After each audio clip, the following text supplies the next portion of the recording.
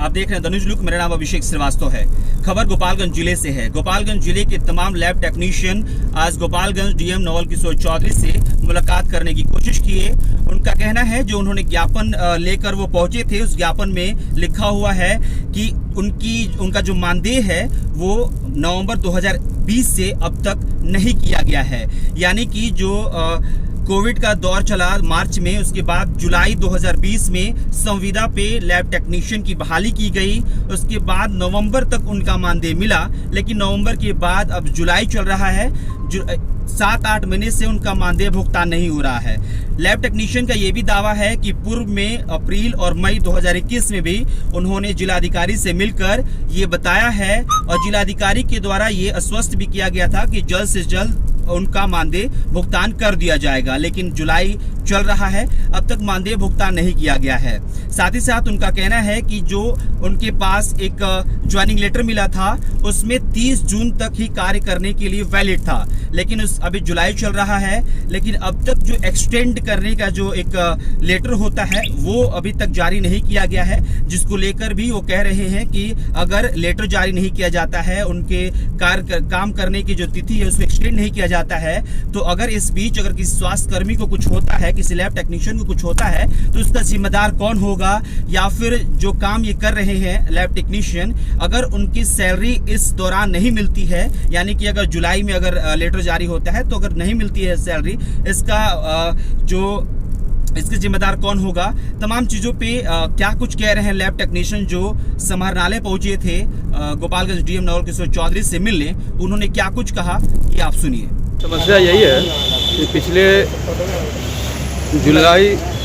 8 जुलाई 2020 से अभी तक हम लोग कंटिन्यू कोविड-19 महामारी में कार्य कर रहे हैं। अपनी जान सारे एलटी भाई हम लोग सभी जोखिम में डाल के पूरे जनता की सेवा करते हैं, और हम लोगों का पिछले 8 माह से भुगतान नहीं हुआ है। वेतन नहीं मिलने के कारण से बहुत सारे एलटी लोगों को बहुत सारी समस्याएं उत्पन्न हो गई, जिनके कारण हम लोग आज डीएम साहब से मिले और अवधि विस्तार जो था हम लोग का पिछले 30 जून 2021 तक था, और अवधि विस्तार से संबंधित भी बातें हुई।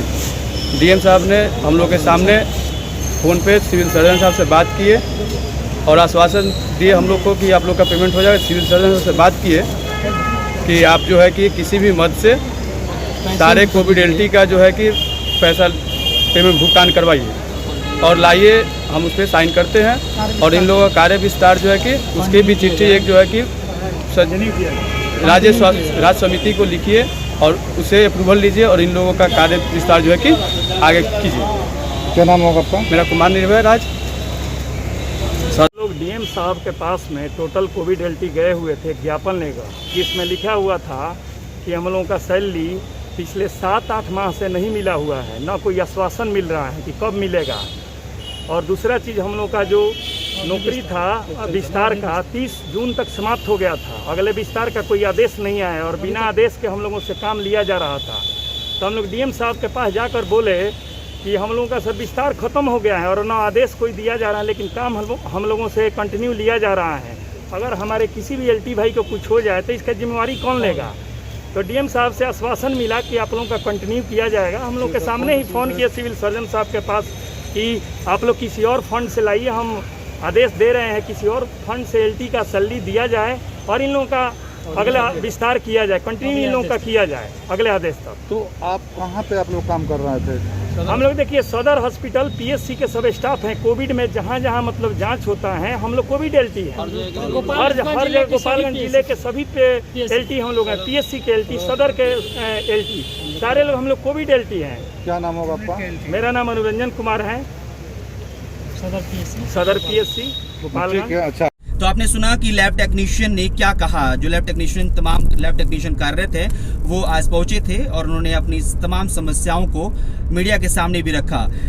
फिलहाल देखने वाली बात होगी कि जो लैब टेक्नीशियन लगातार संघर्ष कर रहे हैं कि उनका मानदेय भुगतान कर दिया जाए, जो 7-8 महीने से मानदेय नहीं मिला है, जिसके कारण उनको आर्थिक समस्याओं का सामना करना पड़ रहा है। उनके साथ सरकार क्या करती है ये देखना होगा। फिलहाल हमारी गुजारिश यही रहेगी कि 7-8 महीने से मानदेय नहीं मिला है तो जल्द से जल्द सरकार इनके मानदेय का भुगतान करा दे। फिलहाल इस खबर में इतना ही, शुक्रिया।